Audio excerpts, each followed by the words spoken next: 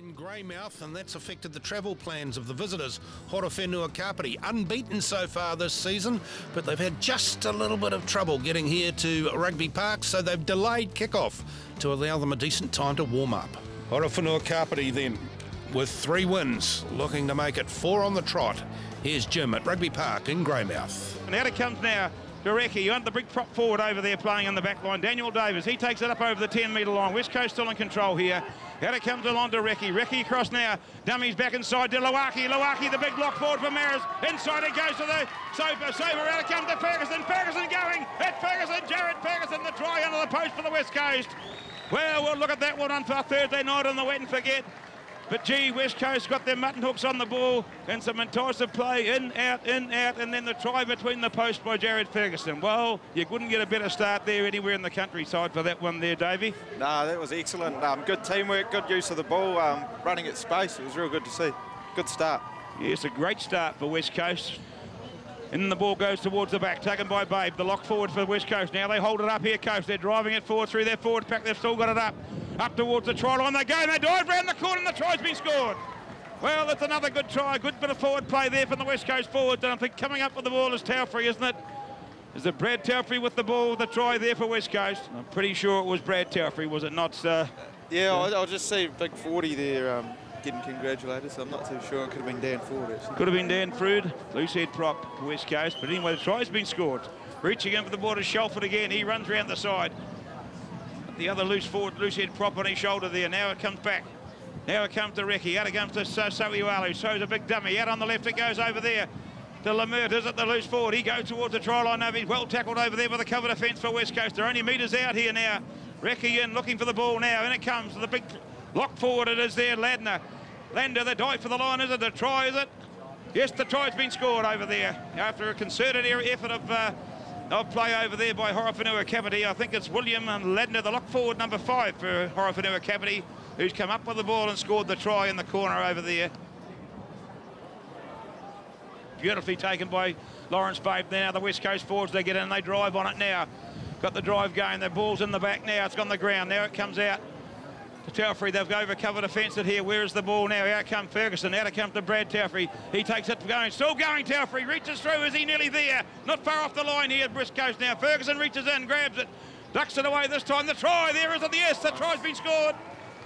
Didn't see the number. Can you see who it is there, Davey? James Ferguson, I think, just picked it up out of the back of the ruck and dived straight for the line. Yes, well, look at that on the Wet and Forget on Thursday. But I think Ferguson, he's had an industrious game at halfback today, the little Kiwi fella. And he ducks round the side of the ruck and maul and puts it down right beside the post. Another easy conversion here for Sean McClure. And it goes, held at the back over there by Mackie, the number 8.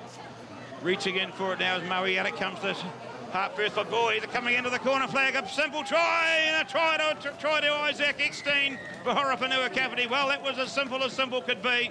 The ball came out on the right through the halfback. Kane Tamu. It moved to Soiwalu standing still. And the wing three-quarter Isaac Eckstein didn't see much of the ball here this afternoon. Took the ball and scores a couple of 3 metres in on the corner flag. He hasn't had an easy one all day today, this 5'8", James Soiwalu. He comes in. Strikes it pretty well, this one, though. He's hit that one beautifully over the black dot. It goes. The try converted by James Soiwalu. And it puts him out to 15. There it is at half-time as West Coast in front in this Heartland Championship match by 19 points to 15. Shelford in there playing halfback for the Horowhenua. Out it comes to Cameron, the prop forward. He did a busy industrial game in the tight. Puts it in, goes forward. It's been taken away from him. The penalty whistle goes. Stephen Soper had the ball for West Coast, but the whistle goes. What was that for, Dave? Yeah, I think he just come from an offside position. Yeah. He's doing that with his arm, pushing it, soaring it, so I presume that means he's coming from an offside position. So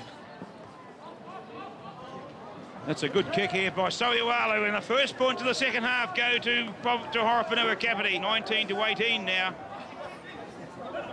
In it goes, Babe again. Lawrence takes it beautifully high. The West Coast forwards gather around him now. They put a bit of pressure on here. Corey Flynn takes the ball forward 1 metre or 2.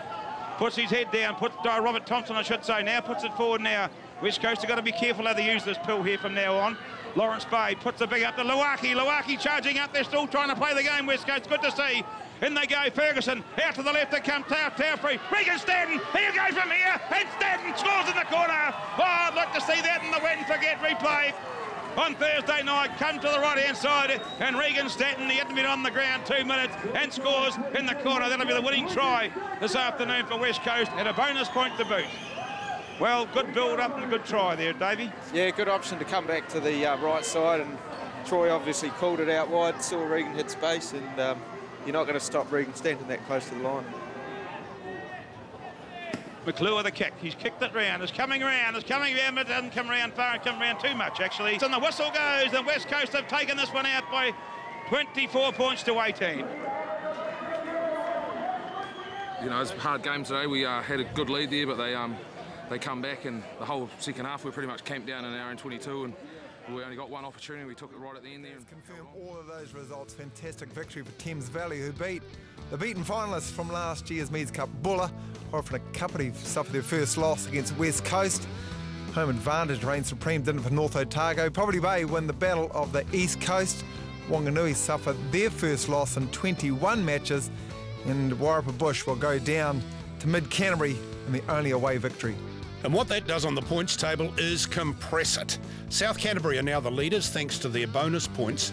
But between number 1 and number 8, and that's what we want for the Meads Cup and the Lahore Cup, between 1 and 8, there are only 5 points in the championship. Everybody's still in it with the possible exception of East Coast, halfway through the Mitre 10 Heartland Championship. Well, for everything you want to know about that championship, go to allblacks.com, domestic rugby, Mitre 10 Heartland Championship. You'll find a man taking his opportunities. A couple of really interesting games next week. King Country against Thames Valley, looking forward to that one. And right at the bottom there, South Canterbury versus North Otago. Ooh, tasty. That's right, folks. That's what we were talking to Brodie Lamb about, really. If opportunity doesn't knock, build a door. Well, for him, it's come knocking, and he'll get a chance to build a rugby career, starting right here with Poverty Bay in the Mitre 10 Heartland Championship. We're halfway through the championship now. We've played 4 rounds. There's 4 to go before we split off into the Meads Cup and the Lahore Cup.